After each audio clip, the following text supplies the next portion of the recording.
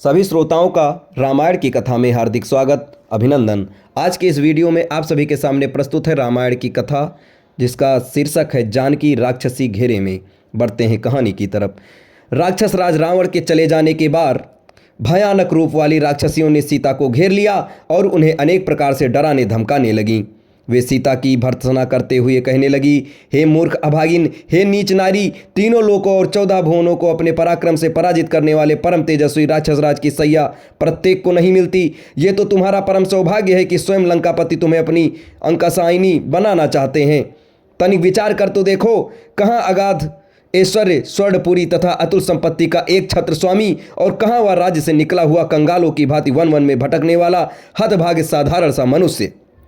सोच समझकर निर्णय करो और महाप्रतापी लंकाधिपति रावण को पति के रूप में स्वीकार करो। उसकी अर्धांगिनी बनने में ही तुम्हारा कल्याण है, अन्यथा राम के वियोग में तड़प तड़प कर मरोगी और राक्षस राज के हाथों मारी जाओगी। तुम्हारा ये कोमल शरीर इस प्रकार नष्ट होने के लिए नहीं है। महाराज रावण के साथ विलास भवन में जाकर रमण करो। महाराज तुम्हें इतना विलासमय सुख देंगे जिसकी तुमने उस कंगाल वनवासी के साथ रहते कल्पना भी नहीं की होगी। राक्षसियों की ये बातें सुनकर कमल नयनी सीता ने असुरपूर्ण नेत्रों से उनकी ओर देखकर कहा, तुम सब ये लोक विरुद्ध एवं पापपूर्ण प्रस्ताव मेरे हृदय में क्षण मात्र को भी ठहर नहीं पाता।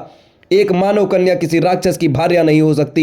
तुम सब लोग भले ही मुझे खा जाओ, किंतु मैं तुम्हारी बात नहीं मान सकती। मेरे पति दीन हो अथवा राज्यहीन हो, वे ही मेरे स्वामी हैं और मैं सदा उन्हीं में अनुरक्त हूँ तथा आगे भी रहूंगी। जैसे सुरवर चला सूर्य में, महाभागा सची इंद्र में, अरुंधति महर्षि वशिष्ठ में, रोहिणी चंद्र में, सुकन्या च्वयन में, सावित्री सत्यवान में, श्रीपति कपिल में, मंदयती सौदास में, केसनी सगर में और दमयंती नल में अनुराग रखती है, वैसे ही मैं भी अपने पति इक्ष्वाकु वंश शिरोमणि श्री राम में अनुरक्त हूँ।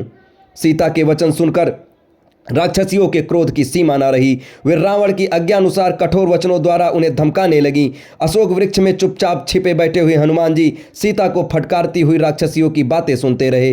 वे सब राक्षसियां कुपित होकर कांपती हुई सीता पर चारों ओर से टूट पड़ीं। उनका क्रोध बहुत बढ़ा हुआ था। राक्षसियों के बारंबार धमकाने पर स्वर्ग सुंदरी कल्याणी सीता अपने आंसू पोंछती हुई उसी अशोक वृक्ष के नीचे चली आईं जिस पर हनुमान जी छिपे बैठे थे। शोक सागर में डूबी हुई विशाल लोचना वैदेही वहां चुपचाप बैठी गईं। वे अत्यंत दीन व दुर्बल हो गई थीं तथा उनके वस्त्र मलिन हो चुके थे। विकराल राक्षसियां फिर उन्हें घेर कर तरह तरह से धमकाने लगीं।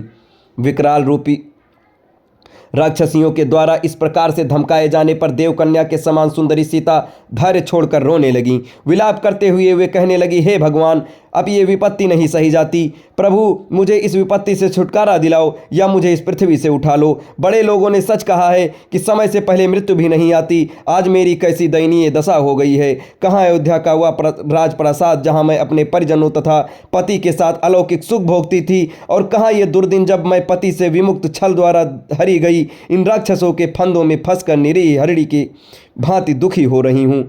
आज अपने प्राणेश्वर के बिना जल से निकाली गई मछली की भांति तड़प रही हूँ। इतनी भयंकर वेदना सहकर भी मेरे प्राण नहीं निकल रहे हैं। आश्चर्य ये है कि मर्मांत तक पीड़ा सहकर भी मेरा हृदय टुकड़े टुकड़े नहीं हो गया। मुझे जैसे अभागिनी को जो अपने प्राणाधिक प्रियतम से बिछुड़ कर भी अपने प्राणों को संजोए बैठी है, अभी न जाने कौन कौन से दुख मेरे भाग्य में लिखे हैं। न जाने वह दुष्ट रावण मेरी कैसी दुर्गति करेगा। चाहे कुछ भी हो, मैं उस महापातकी को अपने बाएं पैर से भी स्पर्श न करूंगी।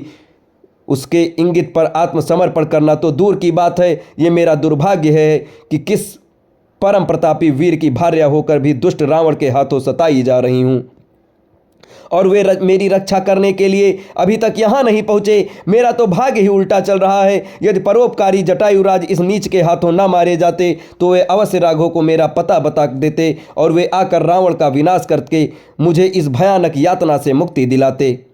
परंतु मेरा मन कह रहा है कि दुष्चरित्र रावण के पापों का घड़ा भरने वाला है। अब उसका अंत अधिक दूर नहीं है। वह अवश्य ही मेरे पति के हाथों मारा जाएगा। उनके तीक्ष्ण बाण लंका को लंपट राक्षसों के आधिपत्य से मुक्त करके अवश्य मेरा उद्धार करेंगे। किंतु उनकी प्रतीक्षा करते करते मुझे इतने दिन हो गए और वे अभी तक नहीं आए। कहीं ऐसा तो नहीं है कि उन्होंने मुझे मरा हुआ समझ लिया हो और इसलिए अब वे मेरी खोज खबर ही ना ले रहे हों। ये भी तो हो सकता है कि दुष्ट मायावी रावण ने जिस प्रकार छल से मेरा हरण किया, उसी प्रकार उसने छल से उन दोनों भाइयों का वध कर डाला हो। उस दुष्ट के लिए कोई भी नीच कार्य अकरणीय नहीं है। दोनों दशाओं में मेरे जीवित रहने का प्रयोजन नहीं है। यदि उन्होंने मुझे मरा हुआ समझ लिया है या इस दुष्ट ने उन दोनों का वध कर दिया है, तो भी मेरा और उनका मिलन अजब असंभव हो गया। जब मैं अपने प्राणेश्वर से नहीं मिल सकती तो मेरा जीवित रहना व्यर्थ है। मैं अभी इसी समय अपने प्राणों का उत्सर्ग करूंगी। सीता के इन निराश भरे वचनों को सुनकर पवन पुत्र हनुमान अपने मन में विचार करने लगे कि अब इस बात में कोई संदेह नहीं कि ये जनक नंदिनी जानकी हैं, जो अपने पति के वियोग में व्याकुल हो रही हैं। यही वह समय है जब इन्हें धैर्य की सबसे अधिक आवश्यकता है। अब हनुमान जी सीता के पास जाकर उन्हें प्रणाम करते हैं, उनसे मिलते हैं और राम के द्वारा किए गया कार्य उनको बताते हैं। ये आपको अगले वीडियो में बताया जाएगा। तब तक हमारे साथ बने रहें। धन्यवाद।